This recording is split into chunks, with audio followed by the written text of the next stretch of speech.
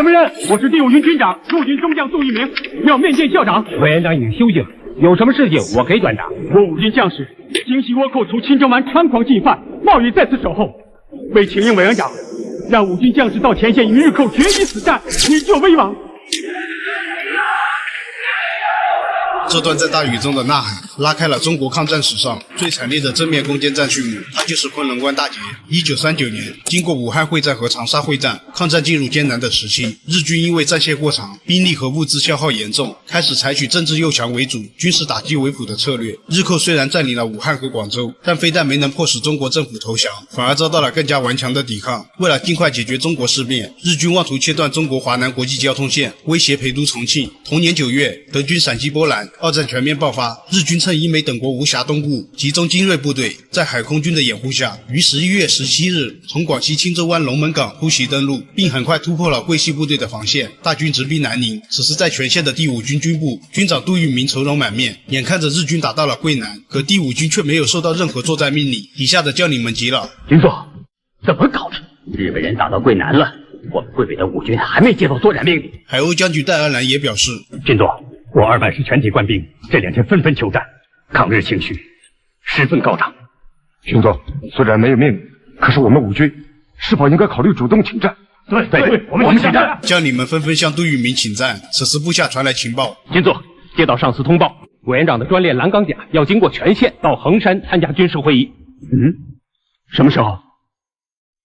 还有2个钟头。邱疯子两眼放光，认为这是请战的好机会，但参谋长却认为这么做是违反军纪的。日寇的步步紧逼，让杜聿明的内心无比煎熬。作为军人，服从命令是天职，但作为一个中国人，眼睁睁看着国土沦陷，却按兵不动，这比杀了他还难受。经过深思熟虑，杜聿明决定带兵去火车站找校长请战。为了避免造成叛变的误会，在火车进站时，他们不敢拦停，杜聿明只能在列车缓慢行驶时跳上火车，但遭到了警卫持枪阻拦。好在校长的次从主任陈布雷及时赶到，制止了警卫。他表示委员长已经休息，有事情他可以代为转达。杜聿明表示，倭寇现在猖狂进犯，5军将士冒雨守候，只为向校长请求与日寇决一死战的决心。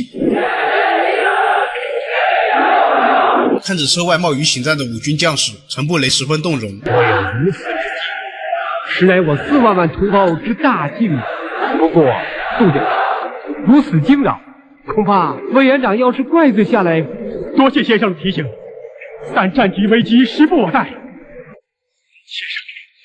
生，我还是想面见校长，陈述我5军将士的请战要求。最终陈布雷答应，等委员长睡醒后，一定向其转达5军将士的请战决心。杜聿明跳上火车的那一刻，已经做好了上军事法庭，甚至被枪毙的准备。这种超越个人生死和仕途的抉择，完全出于中国军人最朴素的民族大义，敢于担当。当时许多军阀秉承着多一事不如少一事的准则，真到了危机时刻，这种敢于打破常规，把责任往肩膀上扛的人，才是真正的脊梁。规矩是死的，但国家存亡是活生生的。为了国家民族存亡而承担后果，这才是顶级的人格魅力。也难怪杜聿明麾下有这么多猛将。1939年11月16日，杜聿明奉命率领第5军火速南下，开赴桂南前线。200师的600团作为先锋，增援南宁守军。路上挤满了逃难的百姓和溃败的广西士兵。前往南宁战场的路被堵塞，一边是拼命往后逃的人，一边是急着往前冲的第5军。2军相遇，爆发了口角。你们什么神气什么？老子天天打日本人，你们什么队长？他妈的做什么东西？日本要苦不屈心，让我决定大事。老子追了你！老子刚从前线下来，我看你们还是回去吧。我看你是被日本人吓破胆，脑丢你老母！你才被吓破胆！僵持不下之际，600团团长邵一之拔出枪怒吼：“你得给我钻地洞里去！谁在挡道，格杀勿论！严明莲，迅速查明地形，严明莲，两大两高地。”邵一之的愤怒不仅是对溃兵的不满，更多的是对战局危急的焦虑。当队伍开拔时，一名广西兵走上前：“长官，什么事？我们家在广西本土，挡不住日本鬼子，实在没脸见乡亲们呐！长官，求求你，给一把自动枪吧！”好，我成全你。接着，这名要枪的广西兵展现了当时底层士兵的矛盾心理。面对武器精良的日寇，他们身体上被打得崩溃、恐惧，但作为男儿，眼看家乡沦陷，他们精神上又充满了屈辱和悔恨。这段剧情非常真实，人性本来就是趋利避害的，面对死亡，害怕是本能，溃逃也是本能。而英雄也并不是没有恐惧，不同的是，他们在恐惧面前选择了迎难而上。人遇到巨大困难时，第一反应是想逃避、躺平，这并不丢人。真正让人敬佩的是那些在看清了战争的残酷后，依然咬牙顶上去的人。25日，急行军的600团在奥塘与日军遭遇，这意味着南宁已经失守。接着600团独占日军第5师团的第21和42两个连队，日军在飞机的掩护下发起猛攻，邵一之没有退缩，命令就地备战，阻击日寇。这场实力悬殊的消耗战惨烈到了极点，团长邵一之身负重伤，依然端着冲锋枪在前线。阴阳鬼子，凶神难挡，我600团先叫你们寸步难行。子弹打光了，双方展开了残酷的白刃战，最终团长邵一之、团副吴其生先后壮烈殉国。面对日军2个连队，也就是2个团，邵一之明知道是鸡蛋碰石头，但他心里清楚，如果奥塘失守，后方的大部队将无险可守。他用自己和全团兄弟的命为第5军争取集结的时间。很多人觉得打不赢，为什么还要打？这就是明知不可为而为之的民族气节。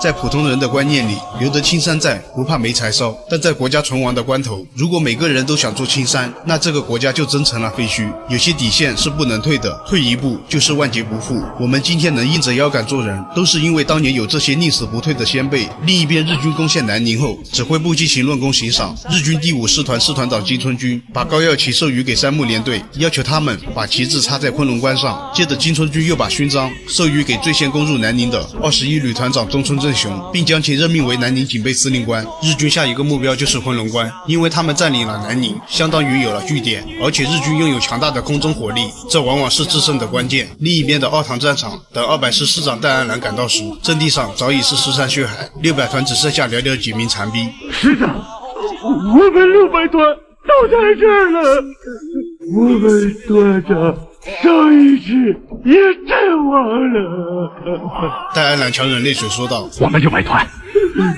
就是战斗的最后一个人，我们的旗帜也是无上光荣的。”戴安澜的悲痛中带着一种悲壮的自豪，这就是中国军人的底线。我们可以死，但番号不倒，军魂不灭。铁血昆仑关的故事到这里仅仅是开端，接下来的昆仑关大捷，第5军硬生生啃下日军号称钢军的第5师团一部，击毙日军少将中村正雄。但这场胜利的背后是无数个邵一之、吴其生，无数个倒在冲锋路上的战士换来的。他们像你我一样，怕痛怕死，都是有父母弃儿的普通人。如今的和平是他们用血肉之躯在烂泥地里，在枪林弹雨中生生换来的。电影里的那些士兵，有的满身臭汗，有的粗鲁暴躁，甚至有逃兵和懦夫。他们并不完美，他们也是有血有肉的凡人。但正是这些人说出了那句决一死战，以救危亡。他们收起了恐惧，扛起了步枪，义无反顾冲向日寇的钢铁阵地。山河破碎，风飘絮，铁血铸就昆仑魂。今天昆仑关上的硝烟早已散去，我们重温这段历史，不是为了去取决仇恨，而是要深刻铭记，中华民族只要脊梁骨不断，就没有任何外来势力能让我们屈服。向所有为中华民族抗战、流血牺牲的先辈们致以崇高的敬意。